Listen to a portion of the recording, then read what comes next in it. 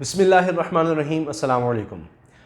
जज अरशद मलिक को बरतरफ कर दिया गया है और ये केस इस वक्त पाकिस्तान में सबसे ज़्यादा डिस्कस हो रहा है, सबसे ज़्यादा इस पर बात हो रही है। एक मौक़िफ़ मरीम नवाज़ साहिबा के सामने आ रहा है, शहबाज शरीफ साहब कह रहे हैं कि सब इस पर शुक्र अदा करें, शुक्राने के नफल पढ़ें, और दूसरी तरफ एक तरफ है हुकूमत और वो डरा रहे हैं नून लीग को कि ये वही मामला हो जाएगा जो पनामा केस में हुआ था कि आपने शुरू में मिठाइयाँ तकसीम की थी और उसके बाद फिर यूँ कह लें कि उस मिठाई के अंदर से मिर्चें निकल आईं और वो फिर मसला ख़राब हो गया। तो बहरहाल क्या होने जा रहा है, इस केस का फ़र्क क्या पड़ेगा, क्या असरात पड़ेंगे, क्या वाकई मियाँ नवाज़ शरीफ साहब को केसेस से बरियत मिल सकती है, वो ख़त्म हो सकते हैं अब केसेस, क्योंकि नून लीग का या मरीम नवाज़ साहिबा का यही कहना है कि जी जज अरशद मलिक को अब हटा दिया गया, बरतरफ कर दिया गया है, जिन्होंने फ़ैसला सुनाया था मियाँ नवाज़ शरीफ साहब के ख़िलाफ़। तो अब जब उनको हटा दिया गया है, बरतरफ कर दिया गया है और इसी केस के तनाजुर में बरतरफ किया गया है, लिहाजा अब मियाँ नवाज़ शरीफ साहब सुरखरू हो गए हैं। लेकिन बात इतनी सादा और आसान नहीं है, अभी तो ये आगे चलना है मामला। लेकिन इसमें एक बयान हल्फी जज अरशद मलिक का भी है, उसकी भी हम बात करेंगे और इसकी तफसील में जाएंगे कि आखिर हो क्या रहा है। सबसे पहले जो फ़ैसला आया हाई कोर्ट की तरफ से आया है और अब इसमें पहले तो अरशद मलिक को वैसे ही हटाया गया था कि वो केसेस नहीं सुन सकते और इनकी जो वीडियो मंजराम पर आई उसके बाद अब हाई कोर्ट ने तो इनको बरतरफी कर दिया, अब ये जज नहीं रहे। अब अरशद मलिक साहब के साथ हुआ क्या, असल में एक तो बात बड़ी अहम ये है कि एहतसाब अदालत के जज थे और इन्होंने ही मियाँ नवाज़ शरीफ साहब के ख़िलाफ़ केस सुना था। एक था अल अज़ीज़िया रेफरेंस और एक था फ्लैगशिप, ये दो रेफरेंस थे। अल अज़ीज़िया में तो सज़ा दे दी 7 साल की नवाज़ शरीफ साहब को, लेकिन फ्लैगशिप रेफरेंस में बरी कर दिया था मियाँ नवाज़ शरीफ को। अब अगर केस खुलता है तो इसमें मसला ये आएगा कि मिसाल के तौर पर कि जी ये केस दोबारा होगा, सज़ा तो इस तरह मियाँ नवाज़ शरीफ साहब की फ़ौरी ख़त्म नहीं इस तरह से हो जाएगी, केस दोबारा जब ओपन होगा तो उसमें फिर ये भी हो सकता है कि दोनों में सज़ा हो जाए। एक में बरी भी तो किया था अरशद मलिक ने और ये भी ख़तरा है उसमें कि चले जी दोनों में बरी हो सकते हैं, दोनों में सज़ा भी हो सकती है केस जब ओपन होगा। ये एक बड़ा अहम पहलू है इसका। दूसरी बात ये कि ये जब केस एहतसाब अदालत में गया था तो जज अरशद मलिक के पास ख़ुद नून लीग ने ये कहा था, मियाँ नवाज़ शरीफ साहब को ने कहा था कि दूसरा जो जज है हम उनके पास नहीं, इन जज साहब के पास वो केस लगवाना चाहते थे और ख़ुद उन्होंने शरीफ ख़ानदान ने केस अरशद मलिक के पास लगवाया। फिर जो वीडियो आई जिसकी वजह से सारा कुछ हुआ है, उस वीडियो में क्या था,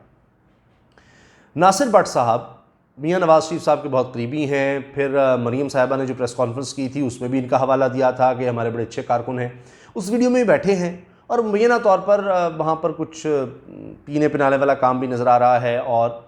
अरशद मलिक साहब जो हैं वो कुछ सही तरह से बात भी नहीं कर पा रहे। खैर ये अगर तहकीक होगी पता चलेगा, उसमें देखा जाएगा वीडियो कितनी असली है और फिर इनको क्या पिलाया गया और ये क्या बातें कर रहे हैं। उसमें जो प्रेस कॉन्फ्रेंस मरीम साहिबा ने की थी और नून लीग के दीगर लोग थे, उसमें मुबैना तौर पर उन्होंने सारी वीडियो जो चलाई, ट्रांसक्रिप्ट दिखाया, USB वगैरह सारी कहते हैं जी हमारे पास है, हमने दे रखी है। उसमें कह रहे हैं जज अरशद मलिक के जी मेरे पर बड़ा दबाव था, मैं बड़ा शर्मिंदा हूँ और ये केस मनी लॉन्ड्रिंग का इस तरह से नहीं है तो मेरी ज़मीर पर बड़ा बोझ है और ये सब कुछ। अच्छा, अब अगर ये बात दुरुस्त है कि जनाब उन्होंने ये फ़ैसला गलत दिया था तो इसका मतलब है कि उन पर दबाव था और दबाव इस तरफ से था, यानी मुखालिफ तरफ से, हुकूमत की तरफ से, इदारों की तरफ से उन पर दबाव था, इस तरह से उन्होंने फ़ैसला दिया। तो फिर बरी क्यों किया, ये एक बड़ा सवाल है। अच्छा, फिर वो ये बता रहे थे कि अच्छा जी मैं चूँकि बात कहीं ऐसा तो नहीं कि आपसे तो बातचीत हुई थी, अब ये देखना पड़ेगा ना, क्योंकि जो अरशद मलिक साहब ने बयान हल्फी दिया उसमें उन्होंने कहा कि जी मुझे 50 करोड़ रुपए रिश्वत की ऑफ़र की हुसैन नवाज़ ने,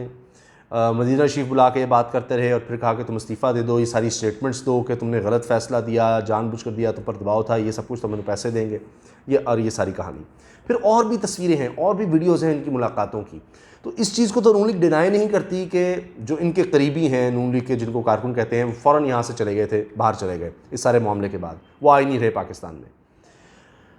उनके पुराने ताल्लुकात हैं जज अरशद मलिक से, पुराने ताल्लुकात हैं और वो तस्वीरें वीडियो सारी मौजूद हैं। तो जब पुराने ताल्लुकात थे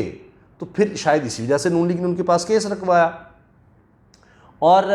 उनके पास जब केस लगवाया तो फिर कहीं ऐसा तो नहीं कि वो जो सोच के नून लीग ने केस लगवाया था उस तरह का फैसला नहीं आया, तो इसलिए वो कह रहे थे कि जी देखिए मैं क्या करता, मेरे ऊपर दबाव था, ये था वो था, तो जो आपसे बात हुई थी मैं उस तरह का फैसला नहीं दे सका। ये भी देखना पड़ेगा उसमें, इस कहानी में तो ये एक नया मोड़ आ सकता है, क्योंकि बयानी हल्फी में वो बिल्कुल कुछ और कह रहे हैं, वो इस चीज़ को डिनाई करते हैं। लेकिन इस चीज़ के तो वजाहत सामने नज़र आ रही है कि इनका ताल्लुक़ था नून लीग से, अरशद मलिक का, और जो बरतरफी हुई है उसमें बुनियादी वजह नज़र आ रही है कि ये उसके बाद मिलते रहे, और ये कहा गया जी नून लीग की तरफ से ये नवाज शरीफ साहब के पास भी गए, उनसे भी मिलते रहे। तो एक फ़ैसला तुम दे रहे हो और फिर तुम उस पार्टी से मिलते रहे हो, उस फैसले के बाद भी मिल रहे हो, फिर उनको बता भी रहे हो कि जनाब आप इस तरह से अपील फायर करें, ये करें वो करें। तो बुनियादी तौर पर तो ये वजह नज़र आ रही है बरतरफी की कि आप एक पार्टी से मिलते रहे, उससे आपके ताल्लुकात थे, फिर भी आपने केस सुना। अब शायद ये वजह है कि मरीम साहबा का मुतालबा अपनी जगह कि जी ये बरतरफी हो गई, दाग धुल गया, अब वक्त ये है कि मियाँ नवाज शरीफ साहब को भी बरी कर दिया जाए और सब कुछ, ये खुद से नहीं हो जाएगा।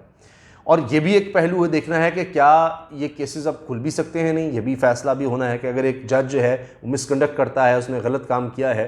तो क्या उसके सारे फैसले गलत साबित हो जाएंगे, एक चीज़। और अगर वो खुलते हैं तो फिर यहाँ पर जाना पड़ेगा कि वीडियो आपने क्यों बनाई, जाकर आप जज पर इन्फ्लुएंस करते रहे उस, और आपका उससे ताल्लुक़ था, आपने ये छुपाया, जज ने भी छुपाया कि हमारा पुराना ताल्लुक़ है। इस तरह का केस फिर जज नहीं सुन सकता जहाँ उसका पुराना ताल्लुक़ हो। शहबाज गिल साहब ये कह रहे हैं कि जनाब ये किसी से पढ़वा लें पहले फ़ैसला, जो चीज़ सामने आई है, फिर आपको लेने ना देने पड़ जाए, क्योंकि इसमें तो और भी किरदार हैं कि आपने दबाव डालकर वीडियो बनाई, वीडियो आपने बनाई, फिर आप मानते हैं कि हमने वीडियो बनाई, फिर ये भी कहते हैं कि हमारे पास और भी बहुत से एविडेंस हैं। शहजाद अकबर साहब कहते हैं, मामले खुसूसी बराए एहतसाब वज़ीर-ए-आज़म के हैं, कि जी दो किरदार थे, एक तो अरशद मलिक था, उसको सज़ा मिल गई, दूसरा किरदार मरीम नवाज साहिबा हैं जो वीडियो बनवाती रहीं, जो कुछ उन्होंने किया, ये सब कुछ ही उनका इल्ज़ाम है।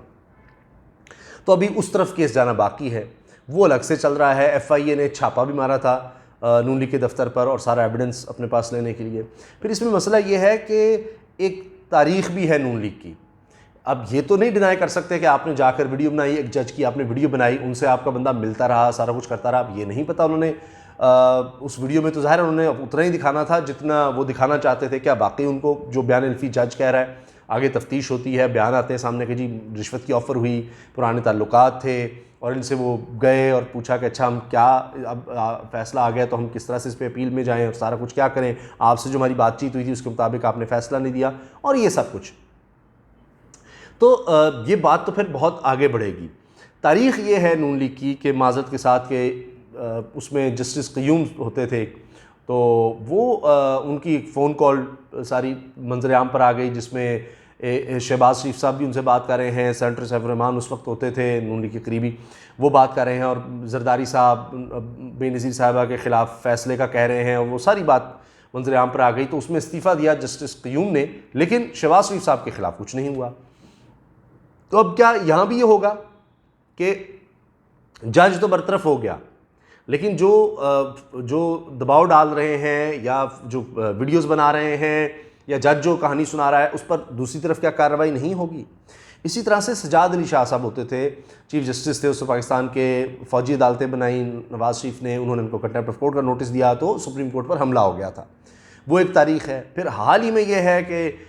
जब जजेस इस केस को सुन रहे थे, JIT बनी, सब कुछ हुआ, तो फिर जलसे होते रहे, उनमें कहा गया ये बुत हैं, इनको निकाल के बाहर फेंक दो, सुप्रीम कोर्ट के जजेस। फिर ये बयानात भी आते रहे नून लीग के कुछ रहनुमाओं की तरफ से कि जी हम तुम पर ज़मीन तंग कर देंगे, तुमने तो कुछ अर्से के लिए रहना है, हम तुम्हें छोड़ेंगे नहीं, तुम्हारे बच्चों को नहीं छोड़ेंगे, इस तरह से, यानी ये धमकियों की बात होती रही। तो ये एक तारीख़ है। तो अब ये भी सामने आएगी, लोग कहेंगे कि जी ये तो आपने फिर एक असल में तो आपने इस पर दबाव डाला हुआ था, दूसरी कहानी तो सामने अभी आई नहीं। तो ये केस जब चलेगा फिर वीडियो बनाने वाले को भी सामने आना होगा, पूरा ताल्लुक़ बताना होगा, कहाँ कहाँ मुलाकातें हूँ, क्या हुआ, कब से ताल्लुक़ था, उसको छुपाया क्यों गया। जब आपका ताल्लुक़ था तो फिर दबाव तो आप डाल रहे होंगे, ये बात भी सामने आएगी। और अगर केस खुल भी गया तो मसला ये है कि सुप्रीम कोर्ट के अंदर भी बार बार सुप्रीम कोर्ट पूछती रही कि आप कुछ दे दें कि ये सारा पैसा, ये दौलत आपने कैसे बनाई, किस तरह हुआ, तो सिवाय कतरी ख़त के एक, और उसकी कोई एविडेंस की वैल्यू नहीं थी, उसके अलावा कोई जवाब कहीं भी किसी भी हेयरिंग में मियाँ नवाज शरीफ साहब नहीं दे सके। इतनी दौलत का हिसाब नहीं दे सके, कोई मनी ट्रेल नहीं दे सके, तो अब वो कहाँ से दे देंगे? जब सुप्रीम कोर्ट में नहीं दी, इस अदालत में नहीं दी, तो अब कोई नया एविडेंस क्या ले आएंगे? वो एविडेंस तो वही है, यानी जज का फैसले पर आप सवाल उठा सकते हैं, लेकिन जो शहादतें या जो सबूत हैं वो तो नहीं बदले जा सकते, वो तो वही वही रहेंगे। कोई नए अब पैदा करेंगे तो वो फिर कैलिबरी फॉन्ट का मामला आ जाता है कि जनाब वो उस वक्त था ही नहीं और उसमें आपने डॉक्यूमेंट्स बनाए हुए हैं, जबकि आप कह रहे हैं कि ये डॉक्यूमेंट है, ये मुआहिदा है, जबकि वो भी अदालत में आया, वो एक मसला बन गया। तो लिहाजा ये इतना आसान नहीं है। और नून लीग जो जश्न मनाने का कह रही है मेरा ख्याल है कबल अज़ वक्त है, और आगे ये मामला सुलझने की बजाय मज़ीद उलझ सकता है और मियां नवाज़ शरीफ साहब के ख़िलाफ़ मज़ीद मामला ख़राब हो सकता है, बजाय इसके कि वो ये समझ रहे हो कि बड़ा ठीक हो गया। क्योंकि इसमें ये भी कंडक्ट आएगा कि वीडियोस बनाना जज की इन्फ्लुएंस कौन कर रहा था, किसकी तरफ से वो दबाव में थे, क्योंकि वो तो जो सफाइयाँ हैं वो नून लीग को पेश कर रहे हैं अपने ताल्लुक़ के हवाले से, ये सब कुछ, तो ये चीज़ भी नज़र आ रही है, ये भी उसमें बतौर एविडेंस और ये सारा कुछ भी देखा जाएगा। तो सिर्फ एक तरफ की कहानी नहीं है। हाँ, अगर नून लीग ये साबित करने में कामयाब हो जाती है कि जनाब ये बिल्कुल हमारे ऊपर गलत तरीके से केस बनाया गया था, सब कुछ गलत था और ये सिर्फ एक जज की वजह से सारा कुछ हो गया, तो फिर सुप्रीम कोर्ट में जो कार्रवाई होती रही, JIT में जो कुछ होता रहा, उसका फिर आप क्या करेंगे? तो सिर्फ ये एक जज पर आके, ये सिर्फ एक केस पर नहीं, दोनों केसेस हैं। फिर ये भी सवाल उठता है कि एक केस में इन्होंने बरी क्यों किया, तो उधर भी इनका कंडक्ट फिर मशकूक होता है जज का। तो लिहाजा अभी बहुत कुछ आगे इसमें हो सकता है, और इसीलिए इस बारे में बहुत ज़्यादा शायद नून लीग मुतहरिक नहीं थी और आगे नहीं आ रही थी कि फिर FIA को जाके छापे मारने पड़े और देखना पड़ा कि इनके ऑफिस में क्या कुछ पड़ा हुआ है। तो इसमें बहुत से भी झोल हैं, बड़ा ये मामला बड़ा गंभीर है, इतना सादा नहीं है कि जिस तरह से यानी इसको बना कर पेश किया जा रहा है नून लीग की तरफ से कि बस ये जज साहब गए और हम बरी हो गए, ऐसा नहीं। इजाज़त दीजिए, अल्लाह हाफ़िज़, पाकिस्तान जिंदाबाद।